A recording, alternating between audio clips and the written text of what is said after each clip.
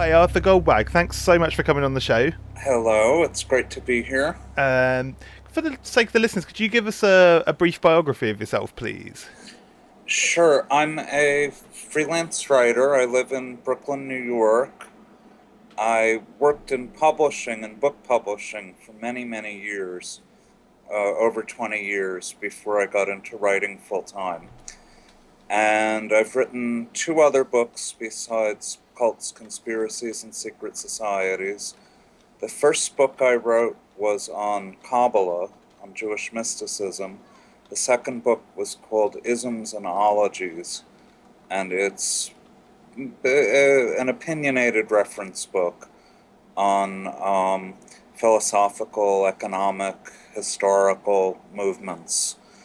And I got into the conspiracies and cults and secret societies right after writing isms because I consider them sort of the shadow side Hmm. of isms topics.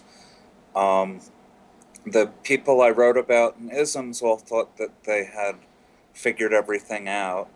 The people that I wrote about in cults, conspiracies, and secret societies all thought that they had figured things out. And I'm not really a believer in anything, but I'm very interested in belief. Yeah, yeah. I think that's pretty much the same philosophy this end as well. Actually, I often say I find the conspiracy theorists more fascinating than the theories. Often, but Um, they're a little scary, but they're very thoughtful, interesting, scary people. yeah, it does make you wonder what's the sort of tipping point, as like maybe someone like Malcolm Gladwell might say, like what's the tipping point that sort of kind of it's what kind of brings people into the kind of the conspiracy fold, I suppose. I think it's the same thing that brings people into religion, and I think that there's a point where people take a leap. Rationality isn't going to bring you to faith, and rationality isn't going to bring you to conspiracy theory. I think that a belief in conspiracies is a completely normal, healthy, intellectually valid way to be. I think if you, I think there are people that are so uncomfortable with the fact that the world is so disorganized that conspiracies can play the role that they play in it or not, that something can be a total accident or something can be a conspiracy is very troubling to some people. Hmm. And they opt for conspiracy in the way that somebody might opt for God Yeah. rather than chaos. So I mean, I think that where you get where you start drawing the distinctions between a skepticism and suspiciousness and you know where you draw that line between that and conspiracy theory is precisely at some metaphysical point. The Hmm. tipping point is a metaphysical point, a theological point, Yeah. where that's my idea anyway.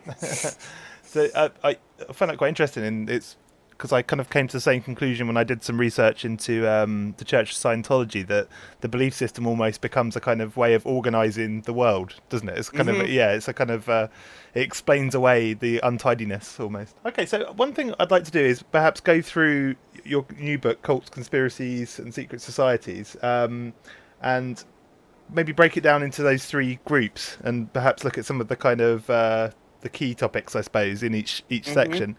And I'd like to start with cults, but I think the first thing I always find interesting when people discuss cults is that they tend to use the word cult in a certain way. Um, and for me personally, I've worked with sociologists and that are kind of dedicated to the field of the study of cults, if you want to call it that. And they tend to avoid using the term cult. They tend to use the word new religious movement, I think, and I think that's because of the kind of it's a loaded word, isn't it? Would you agree? I absolutely, and I'm very careful not to use it in the way that most people use it. I mean, especially in the United States, the word is used by evangelicals to describe movements that are wrong. And you go on the internet and you look up cults, and you'll get a list of movements. This one's a cult, that one's not a cult, this one's evil, that one's correct. I don't use it that way at all. I use it the way a social scientist does to describe a monolithic, totalizing philosophy and an all powerful leader, basically, Hmm. which limits the number of groups I can talk about. Um, because, there are legitimately religious groups that are completely culty in that respect, but I'm not going to talk about them because I don't want to get into an issue of what people believe. I'm more interested in how they're organized, and I put some groups and cults that maybe I shouldn't have. Maybe I wasn't as careful as I could have been, but essentially, I try to take a social science view. One thing that, again, sorry, I'm perhaps to the listeners being a little selfish because this is an area I find fascinating. But one thing I find really interesting is the kind of the relationship of power between the leader and the actual group. Normally, is this something that you came across when you were studying the? Yeah, and it's terribly upsetting Mm. because you read about the cult leader almost always devolves. He or she starts out very idealistic and very transcendentally oriented, and then a couple minutes later they're having sex with their followers. Then often there's violence. Um, but in America, the prototypical cult, Jim Jones. I mean, Jim Jones did a phenomenal amount of good in his life, which isn't to say that he was even remotely good. He was a completely satanic individual, but his politics were great. He lived out a lot of his politics. He adopted these minority kids. He started out in such a conservative place. He was in I'm forgetting the Midwestern city now, but it was the same place where the John Birch Society started, Mm. and he was he was liberal and multicultural back in the 50s. He actually the guy that he got his inspiration from, Father Divine, who was also quite corrupt, not violent like Jones was, but pretty corrupt. He was very social oriented and did a lot of good in his life too. But then what happens with Jones is he develops a God complex, Mm. and he develops this completely instrumental relationship to people. He uses them, and finally he's killing them, and it's awful. It's almost like the embodiment of that phrase: "Absolute power corrupts absolutely," isn't it? It's kind of That's just what it is. And then the other side of the formula, of course, is that you get these disciples who are so ready to abnegate themselves. And you get the same phenomena in legitimate religion too. But you have these people that are perfect victims and these people that are perfect victimizers, mm. and they come together and terrible things happen. Yeah, it's interesting. When I was doing my research, I came across it's. I think one of the common misconceptions about people that join cults is that they're helpless individuals or they're from the I guess lower social rankings, I suppose. But actually, they often tend to be kind of middle to upper middle class people that get bored and want to, in some ways, and want to kind of attempt to enrich their lives through an alternative belief system. Perhaps I don't know if that's a. No, I mean, you get the same phenomenon with suicide bombers too. Hmm. You say, oh, well, these are people without any hope.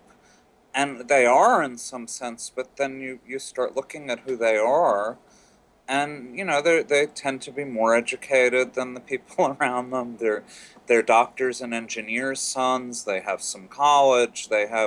It's like ignorance never explains something like this. It's something else, Mm. and actually, I think a lot of what it is the desire for transcendence, Mm. which is not I'm not against religion at all, but in the cult context, it's a terrible thing, and almost well, that's where it's a loaded word. It's always a terrible thing. Mm. It's somebody loses. Yeah.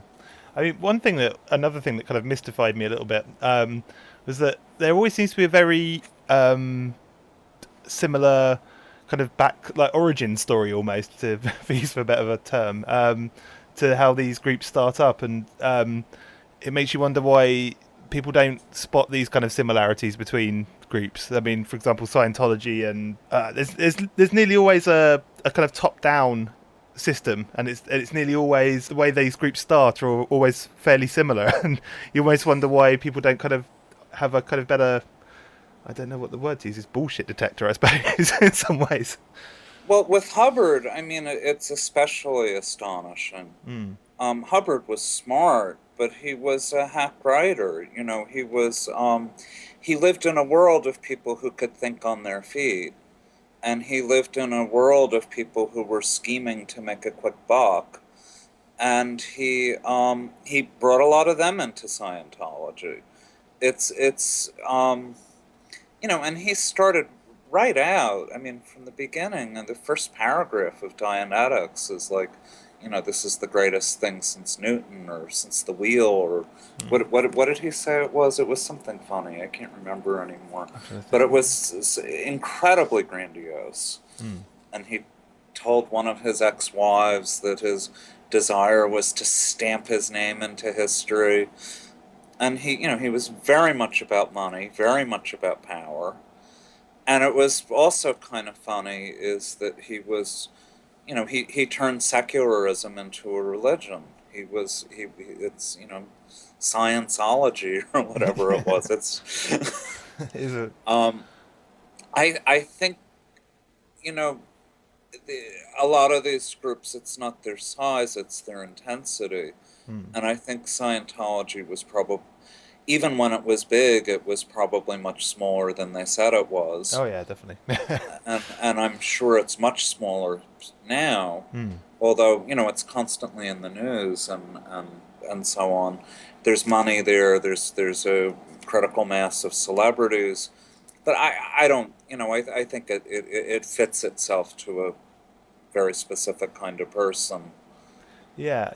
Do you think, to some degree, maybe people join groups like Scientology to kind of, I can't think of a better way of saying it, but in a way to kind of show off to other people in some ways? This is another thing I've noticed with my research, that some people did it as a kind of rebellious thing. They joined it under a completely different pretense to that of someone that was seeking genuine, I guess, spirituality. Um, I've only personally known a very few people who have been in cults, and they tend to need something. Hmm. There's something that they need. I knew one person. I write about this experience for 3 sentences. I don't give a lot of space to it. But somebody tried to recruit me for a group when I was in my early 20s. Hmm. And the pitch was, come here and you'll meet girls, there'll be drugs, there'll be enlightenment, and these are all things that you would want, Yeah. um, especially if you're lonely. I thought it was a good pitch. I mean, it turned out to be, when I got there, it turned out to be a religious group, and they wanted money, but Yeah. but the pitch was that I would not be lonely, and Hmm. I think that's a big part of this is and and then some of them do, whether they call it brainwashing or not, the the Sufi masters and the Zen masters, they do some pretty violent stuff to their people to reprogram their brains. Um, there's there's some personality deforming stuff that goes on in real religion, and it certainly goes on in a very big way in cults. And I think, going back to real religion, or legitimate religion, let's call it, I guess it's in the Bible, by your fruits you shall know them. Mm. Um, or, you want to go back to William James and the variety of religious experience. You can't judge the truth of these things or not. There is no way to judge it. It lives in the realm of faith. But if your people turn out to be very, if somebody goes through this thing, they go through this personality deformation, they leave their parents, they change their way of thinking, they cut off all their old associations, they give up their money, but they end up living a spiritual life, and it's not devoted to some person or some institution, but to charity and, good works in the world and holiness, then, okay, then maybe it's not a cult. Maybe it's real. And this is, this person's a mendicant and a monk. If it's devoted to making some ex-science fiction writer rich, then they're a sap and they've been exploited. They may end up living the same kind of life. I mean, it's possible, I think, that you could get... Well, there's some very strange things that... the thing that blew me away, and other people knew about this, I didn't, was the Processian cult, which was actually an offshoot of Scientology that started in England. Yeah. It's a psychoanalytic group, and then it became a religion, and then it became kind of a satanic religion. And there was this married couple, the de Grimstons. She was an ex-call girl, and he was an ex-military guy, and they became the Alpha and the Omega, and he dressed in black, and they had a black mass, and they were associated very tangentially, but there were some associations with Charles Manson. And then the group disappears in the early 70s, and they're never heard from again. But the corporate structure of the group became the Best Friends Animal Sanctuary, which is a huge humane society for animals in the United States. I think it may be the biggest. It may even be bigger than the ASPCA now. And they were the people that rescued all the animals from Katrina, and they have a magazine, and they have TV shows. But if you dig into the corporate structure of this group, it was set up as a nonprofit, the Processian Church in the 1960s. And some of the principles of it are the same people. Yeah. And it's just strange. Yeah. How do you go from, I don't know, caring for animals from hailing Satan? It's kind of a strange crossover. Yeah, one group I was going to... You mentioned it in the introduction to the cult section. I'm assuming you're talking about David Koresh when you say Koreshanity? No, that's something totally different. Oh, really? Okay, interesting. Yeah, that's Koreshanity is actually my favorite of all these groups. They're both named after the same person. They're named after the biblical Cyrus. Koresh is the Hebraization of Cyrus.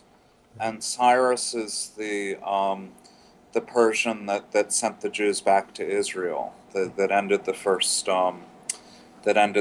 exile, and he was very very well thought of in the Bible. David Koresh is the Branch Davidian. That's what I thought it was. Actually, I'm just looking for it now. Yeah.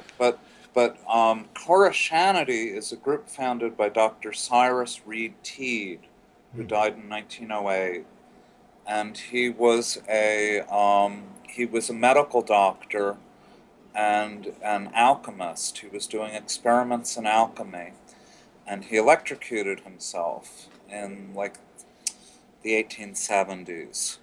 And he had a vision. A beautiful woman approached him, and told him that the whole universe was inside a hollow globe, that everything was on the inside of the Earth. And he developed a whole cosmology and a whole theology that said that we lived on the inside of the globe. And the sun was like 3 feet across, and it was here, and the moon was 6 inches or whatever it was, and it was there. And he lost his marriage, he lost many medical practices, he got in trouble with the law now and then, but eventually he hooked up with a group of spiritualists, and he got a pretty large following, and they built a utopian community in Florida, and they were called, what was the place called? He was a distant cousin of Joseph Smith, the founder of the Mormons. But anyway, the town they founded was in southern Florida, and the last survivors died I guess they died in the 1940s. Anyway, the group fell apart when he died because he had told them he was going to come back to life and confer immortality on them. And they actually kept his body out for as long as they possibly could to give him a chance to come back, but he didn't. But they did experiments with these giant T-squares to prove that the world was concave rather than convex, or vice versa. I can't quite visualize it in my head. He wrote many books. I've read one of them. It's pretty crazy stuff. You've got the cellular cosmology, I think it's called, isn't it? Yes, yeah. but he didn't hurt anybody. Yeah. I mean, he took their money and their lives, but he didn't abuse them particularly, and he was terribly sincere. I think he really genuinely believed this stuff. And then there's a little excursus in this chapter. I got into Hollow Earth theory because there's so much of it, and I had no idea. Well, Cleve Sim, yeah, he's the one that Poe adapted, and you read about him in Edgar Allan Poe. But Hitler was into Hollow Earth theory, and then there was this whole thing about Vril. There's these neo-Nazi groups that believe in Vril.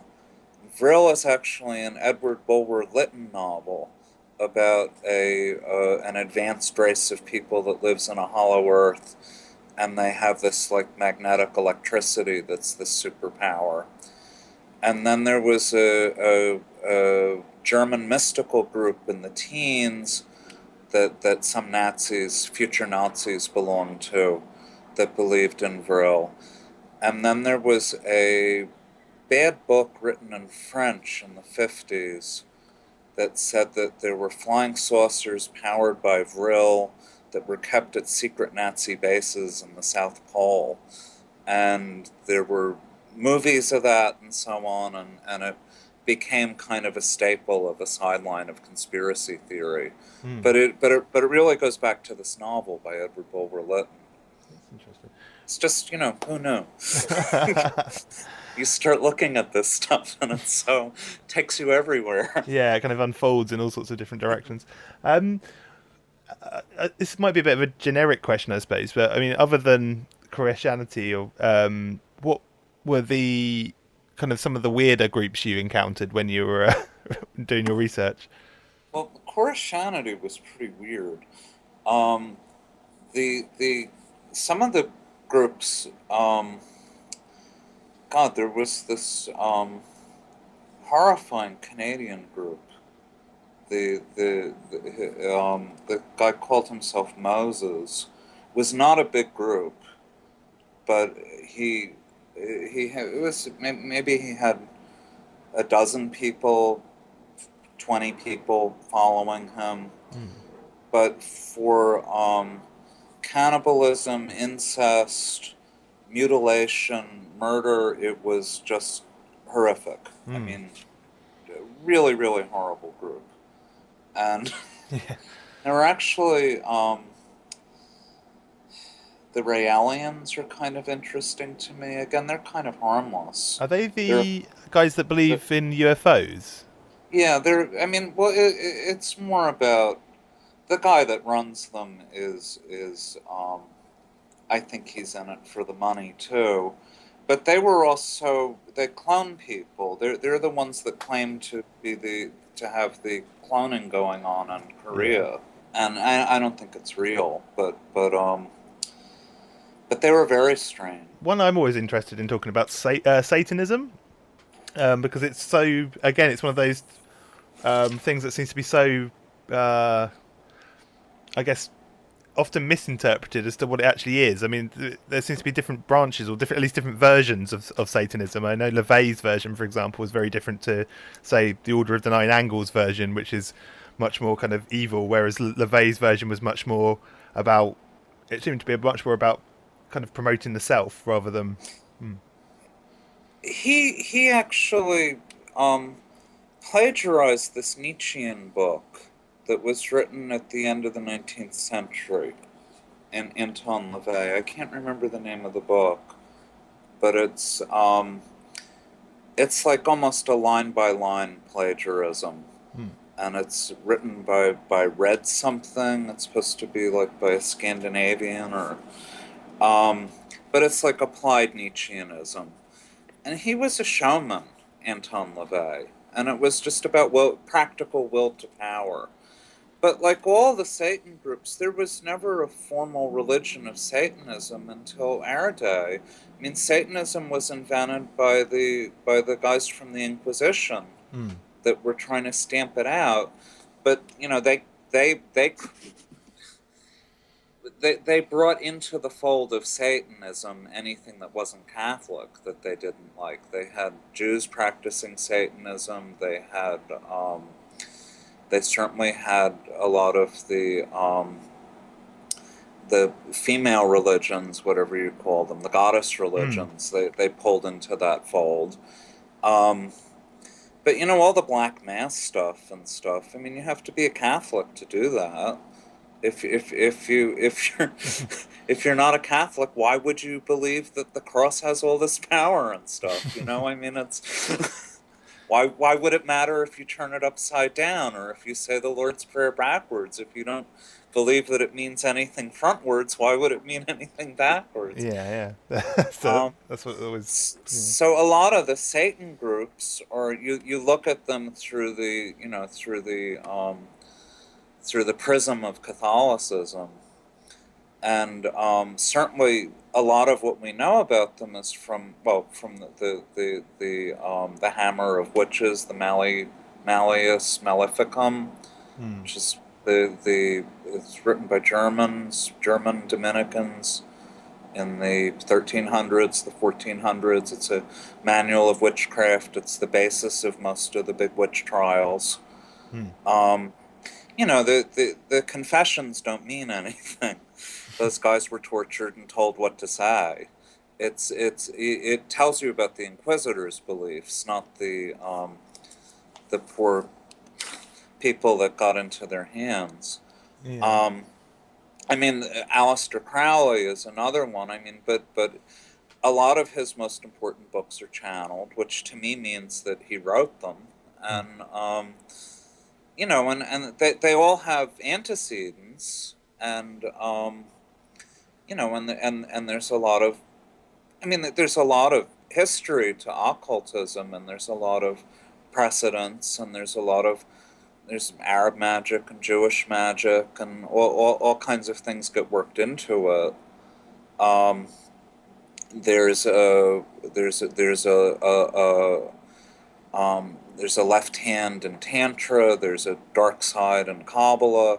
There's almost every practical, you know, every religion that has a practical side, a magical side, is going to have a dark side too. Hmm. You're going to have sorcerers that can make people do things. But as we've just seen, you know, cult leaders make people do things too, and they do it out of psychological terror, not out of real magic. Hmm. I mean, that's my point of view. I mean, Yeah. I don't really believe in um, I don't I don't really believe in the devil.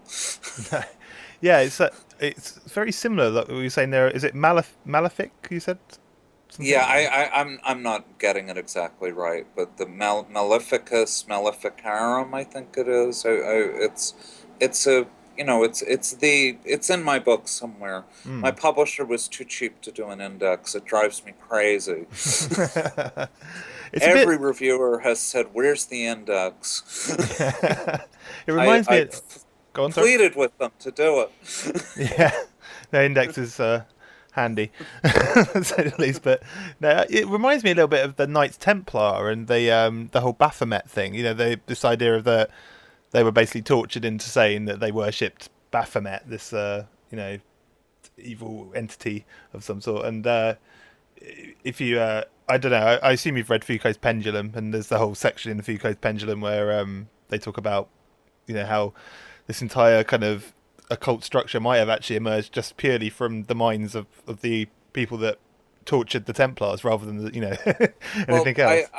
I did read Foucault's Pendulum, and I was in awe of it. I It's just fantastic. thought, I mean, I just thought he got everything.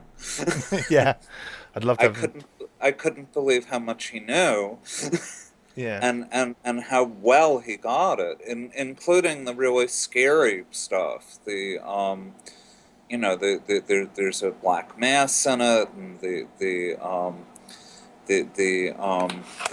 pagan stuff in Brazil, the African related and Native American related stuff, the forces that these people draw on, but he doesn't necessarily believe that any of it's real.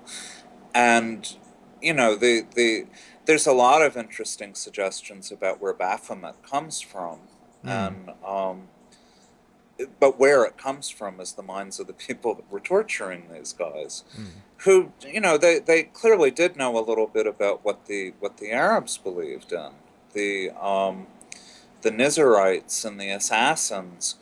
They had some pretty dark stuff that they believed in, and some pretty antinomian stuff. And antinomianism is another major force that runs through the cults, I think.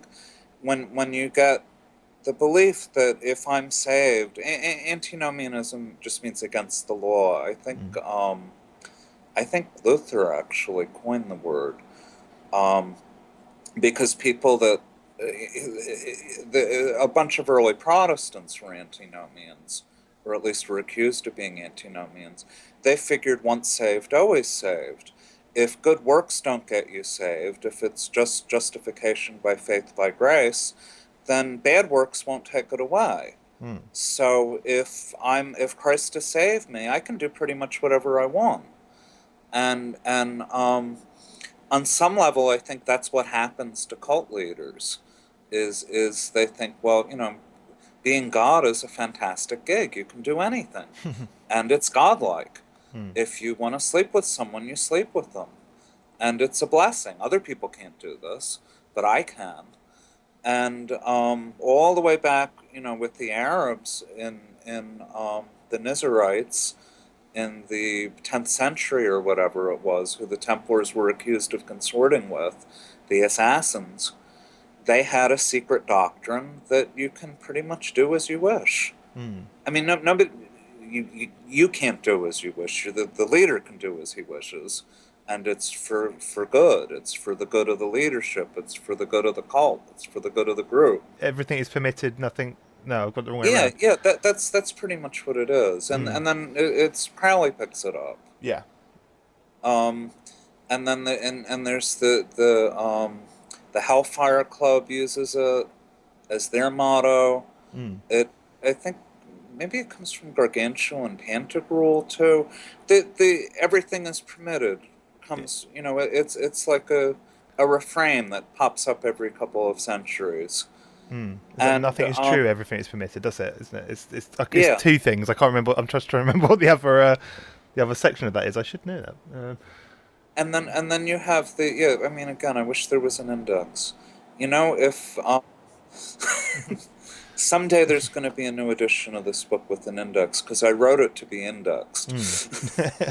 I suppose we should move on to secret societies, really. But one of the things that's always fascinated me, and this kind of crosses into conspiracy theory, is the fascination by conspiracy theorists in Freemasonry and why they think Freemasonry is this, covert group that kind of like puppet masters almost. They're controlling the world. And where does that root from, do you think?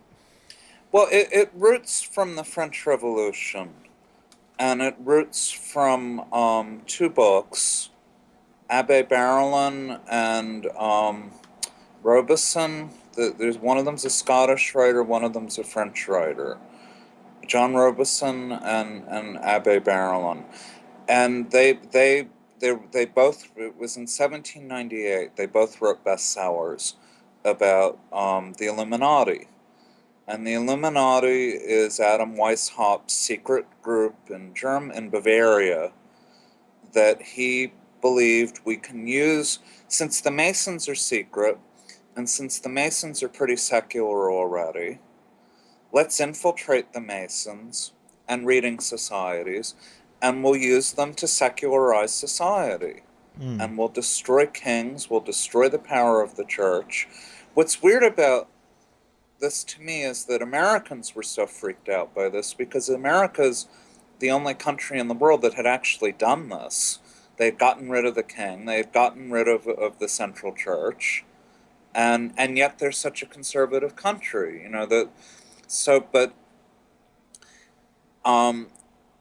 in America, there's a big panic about the Illuminati in the 1790s, and then again in the 1820s. There's something called the Anti-Masonic Political Party. They've been around for a while, I think, haven't they? Well, they didn't last that long, but they were against Jackson, they were abolitionists, but it got tied in with a lot of the religious hysteria, like Koreshanity and Mormonism and stuff, that was starting in upstate New York. This is where anti-Masonry comes in. The Masons were secular people, and they met in secret. And that just scared people. The Catholic Church hates the Masons. So you have the Catholic Church telling people, the Masons are really evil.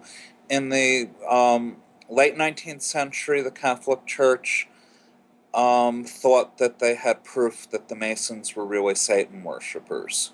It turned out they were being had by this French guy who just wrote these fake books about palladism. He just made it up. But the idea got going. Also in Europe, unlike in America, where the Masons never really were politically involved, except at the very founding of the country, when, Benjamin Franklin was a Mason and George Washington were Masons. But in Europe, the Masons really were involved in a lot of very right-wing stuff and a lot of very left-wing stuff. In Italy, in the Risorgimento, some of the revolutionary peasant groups were organized in Masonic lodges. The Ku Klux Klan used Masonic structures in its organization. The Masons have this template of secrecy. They also have a history that it's largely an invented history. They don't really go back that far. They invented it themselves, but where they relate themselves to the Templars, and the Templars were demonized by the Catholics. So that there's all these tropes and stuff that sit on the Masons. There's some facts that there was this involvement in radical politics in Europe, if not America. The Grand Orient Masons in France they're the only Masons that don't have to believe in God, and they got involved in some occult stuff too. But why people believe that the Masons control everything? It's because in the Protocols of the Elders of Zion, the Jews say that they're going to use the Masons as a front, just like the Illuminati said they're going to use the Masons as a front. And then England's Nesta Webster wrote about how the Masons are controlling stuff. So it's actually just a couple of books that that posit the idea of a secret group that controls the world. Hmm. And they're, if you push them hard enough, they'll say, well, it's really the Rothschilds, Hmm. and they're using the Masons. Um, but it's not that mysterious where it actually comes from. It comes from a couple of books. Yeah. Also, I think he doesn't get credited enough, but I don't think he would want to be credited enough. In this case, is Robert Anton Wilson. He wrote the Illuminatus trilogy, which is actually kind of a parody of conspiracy theory. And Well, yeah. he knew all the sources, Mm. and he correctly drew on them. And he also knew at the time that he was writing that the John Birch Society was in one of its heydays in the United States, and the John Birch Society spawned all this anti-Masonic stuff. Weirdly, the founder of the John Birch Society was a 33rd degree Mason, and there was a schism within the John Birch Society where people said, oh my God, Welch has been captured by the Masons. They're really a front group. And another thing that people held against the John Birch Society was that they weren't anti-Semitic enough. There were all these other right-wing groups that really were followers of the protocols of the Elders of Zion. And and then here's Welch with the John Birch Society. Sure, he says Eisenhower's a communist and stuff, but he won't say that he's really working for the Jews.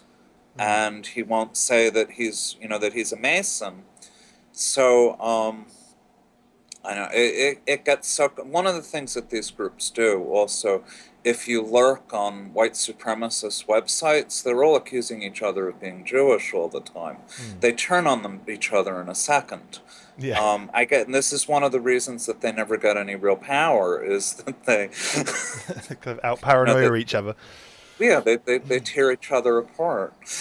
They out paranoid each other. Yeah.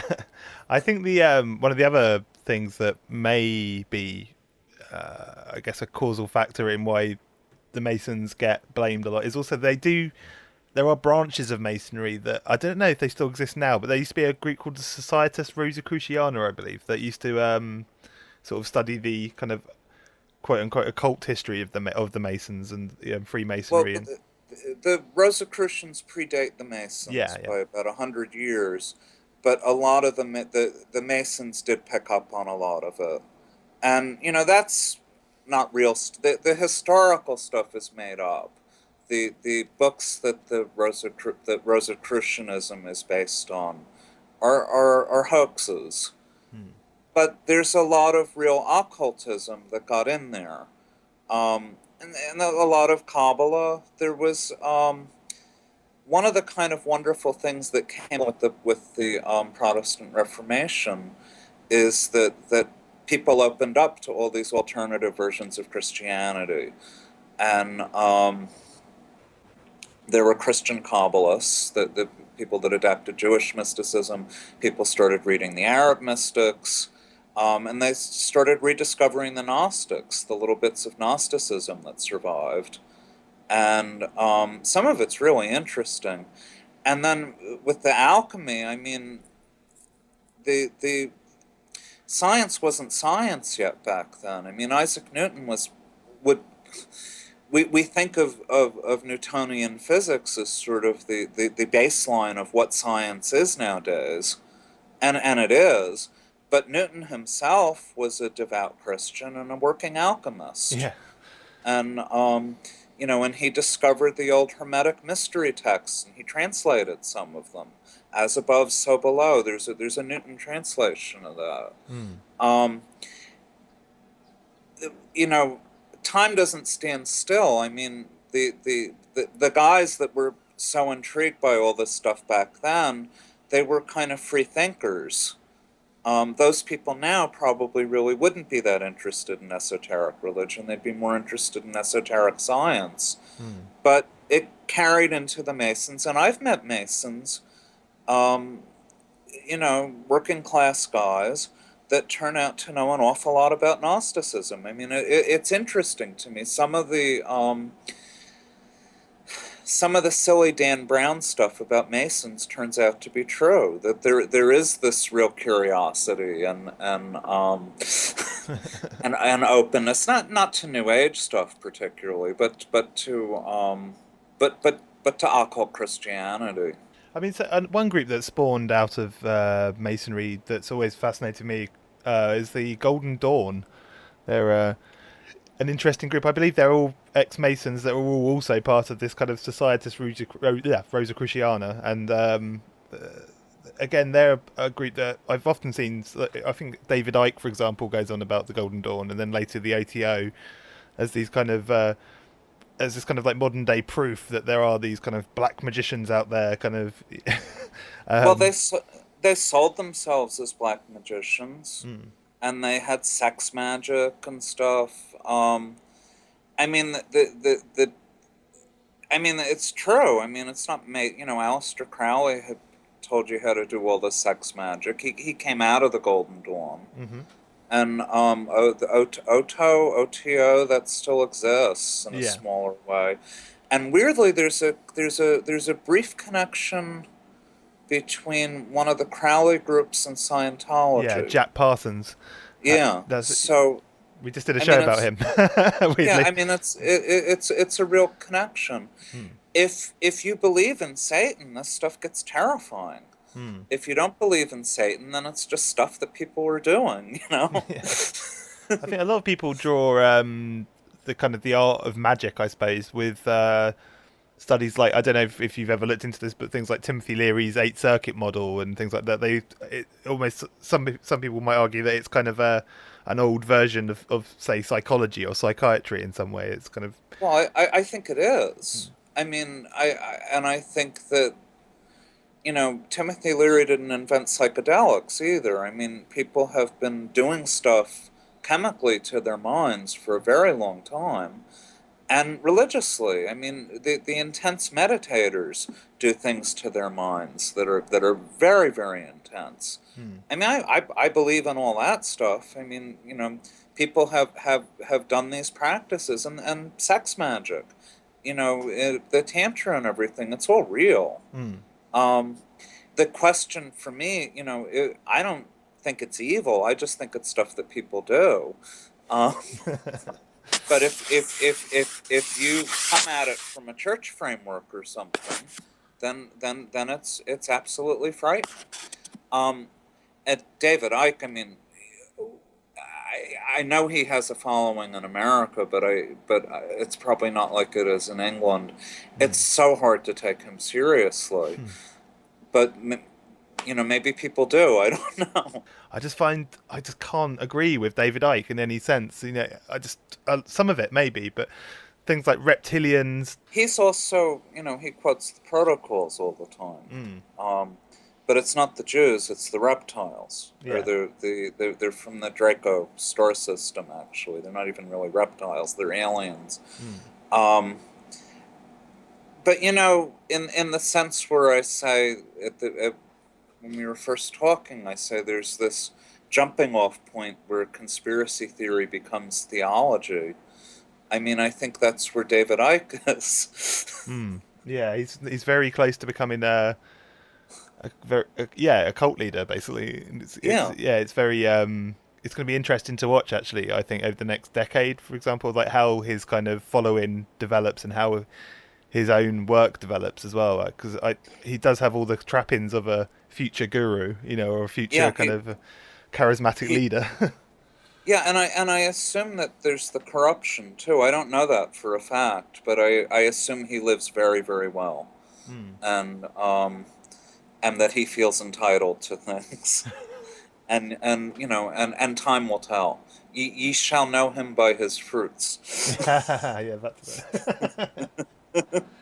So, I mean, moving on very briefly to conspiracies themselves. I mean, did you, when you were researching the book, did you actually ever come across conspiracy theories that you felt were, you know, true? Sure. I mean, yeah. I think that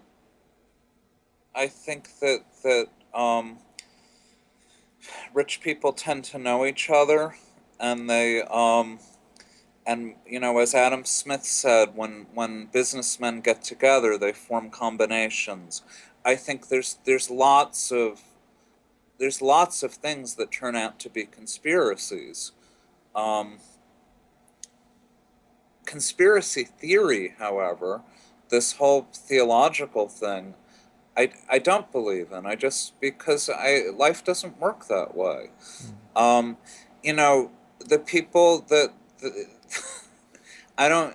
I'm afraid to like write down the word 9/11 truth on my blog because I'm gonna get such nasty comments from people that I don't know Now, there's a about what religion. about what a sellout I am and how much money the Rockefellers are giving me and stuff. Mm. But they assume that the Bush administration pulls off all this incredible stuff without anybody telling anything, and just they pull off this thing so beautifully that requires bombs and airplanes and NORAD exercises and these what are the super hot bombs called? I forget Oh, the magmite bombs or something like that, isn't it? Or I'm just going blank on the name. They make the little metal spherule. The is it magmamite or something? Magnite? I'm just blank on it. I look Mm. it up in my book if you can find it. But I mean, these bombs don't exist commercially yet. I mean, thermite bombs, Yeah. thermite bombs. Um, the military doesn't even have them. They're so secret and cutting edge.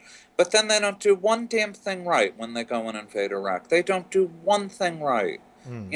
This WikiLeaks video of these helicopter guys slaughtering these reporters that was released this week. That's what war is like. Mm. It's people that barely know what's going on. There's this constant fog. Um, there is no God. I don't believe in God. There isn't somebody that knows all the answers. Mm. So, but the what troubles me is that I've never read a really convincing theory of the Kennedy assassination Mm-hmm. that satisfies me on every level, but I've never read a very convincing debunking of it either. Mm. And I suspect that what you have with the Kennedys is some people with power that got stuff erased from the official record. So the Warren Commission's incomplete. So the conspirators that were working, now I suspect that, I mean, I have my own idea about this. I think that what they were trying to hide was that Oswald was an asset of the CIA or the FBI on some level, Mm-hmm. which is not at all the same thing as saying that they used him as a Manchurian candidate to kill the president. I don't think they did. Mm. But I think he was a weird enough character that they had tried to make use of him. And they certainly didn't want that known. No. And I think when he was leafleting in New Orleans, the fact that the Fair Play for Cuba group, that the address was in the same building as there's just a lot of stuff in the Kennedy thing. I think Martin Luther King was probably assassinated by white supremacists.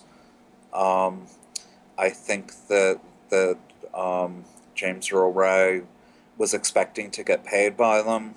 I think that's very likely true. I think, ask me about some other conspiracies. I can't.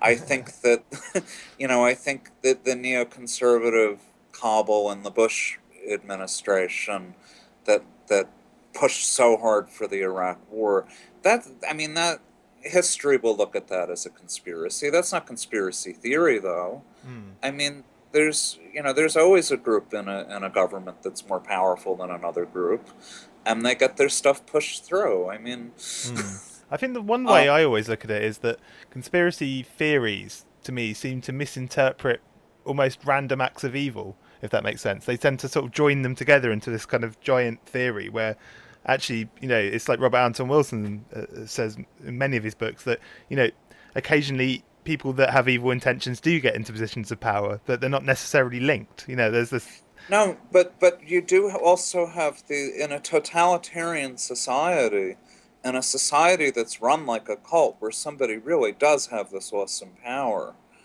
a Stalin or a Hitler, Hmm. they can do so much harm.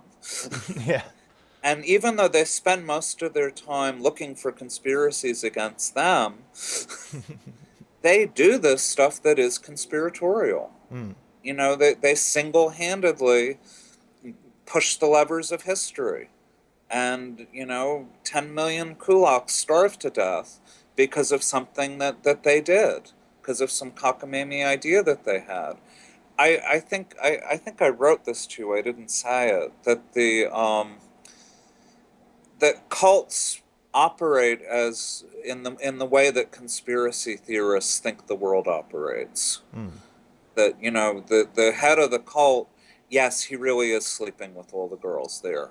He really is stealing all the money. He really is throwing out the letters you're getting from home. He really is like controlling the flow of information. It only works on a pretty small scale in a cult. um, in an absolutist dictatorship, it works on a much bigger scale. um, Part of what troubles me about conspiracy theorists in my country or your country is that they assume that our country is, that there is no free press, that there is no, and, yeah, of course, the freedom of the press is compromised all the time, Mm. but there's a much freer press here than there was in Mao's China or in Stalin's Russia. Mm. And, And we have the internet. and we have the internet, and and in fact, there will never again be a Stalin's Russia or a Mao's China because of the internet. Mm. Stuff is going to get in, but conspiracists, and going back, I'm free associating, but going back to the 9/11 people, a lot of them will talk about the deep state. They genuinely believe that the state has so much more power than I think it does. Mm. They have, the United States military has this incredible brute force. It can drop nuclear bombs on you, it can run you over with tanks, but it can't control the way people think, and it can't hide its traces in the way that they say it does. Mm. Oh, nanothermite. That's the word I was looking for. Nanothermites. I've got to admit, my favourite of all the conspiracy theories I've read recently, and I know you've definitely written about it in your blog, is Lady Gaga as a puppet of the Illuminati. I was wondering, how did you? I mean, and it seems to be linked in with this website called Vigilant Citizen, doesn't it? I think the vigilant citizen people are brilliant. I mean, Great entertainment.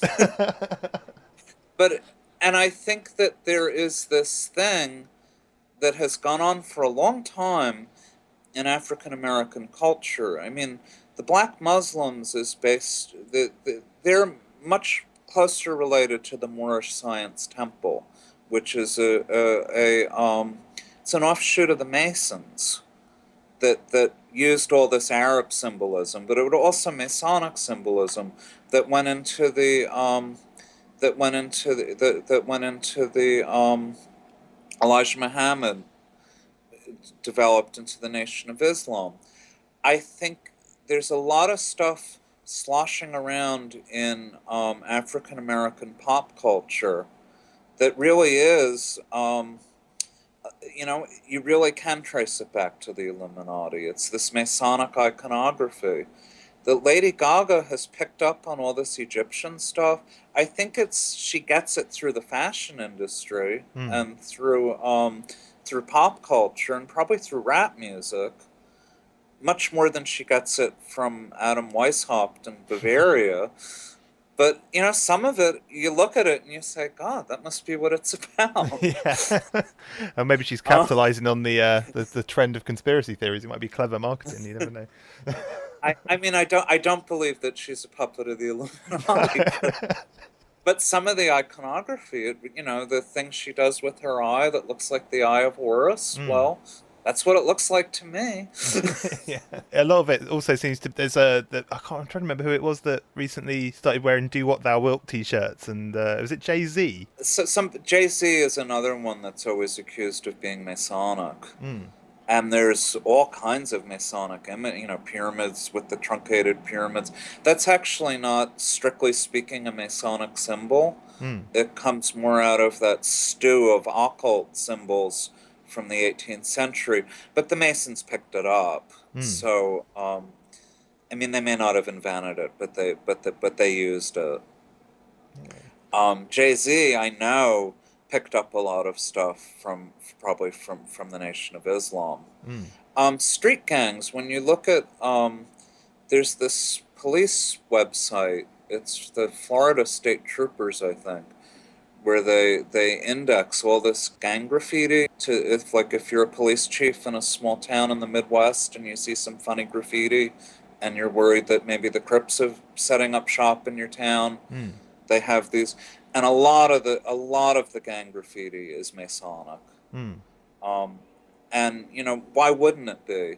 The Masons have all this creepy symbolism, and it's there to use. I mean, you look at a dollar bill; it's pretty haunting imagery, and it's got all this Masonic stuff on it. Why wouldn't you use it? It's the esoterica that people are likely to have. They're likely to know more about that than something that really is esoteric. Yeah. Okay. Well, before I let you go, are there any projects you're working on that you'd like people to look at online, for example, or any new books you have coming up? Or well, I have a project that isn't sold yet that I'm very interested in, that is expanding the work I've done on cults, conspiracies, and secret societies, and relating it to the political world. And if somebody buys it, I will be doing it, and I'll make an announcement on my website. If somebody doesn't, I'll probably just sort of let it go, and you'll never hear about it again.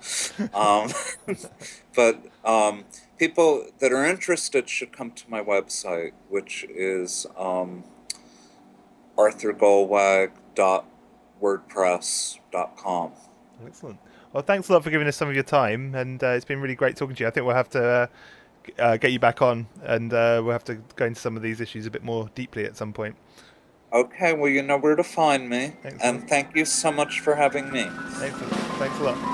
Okay, bye-bye.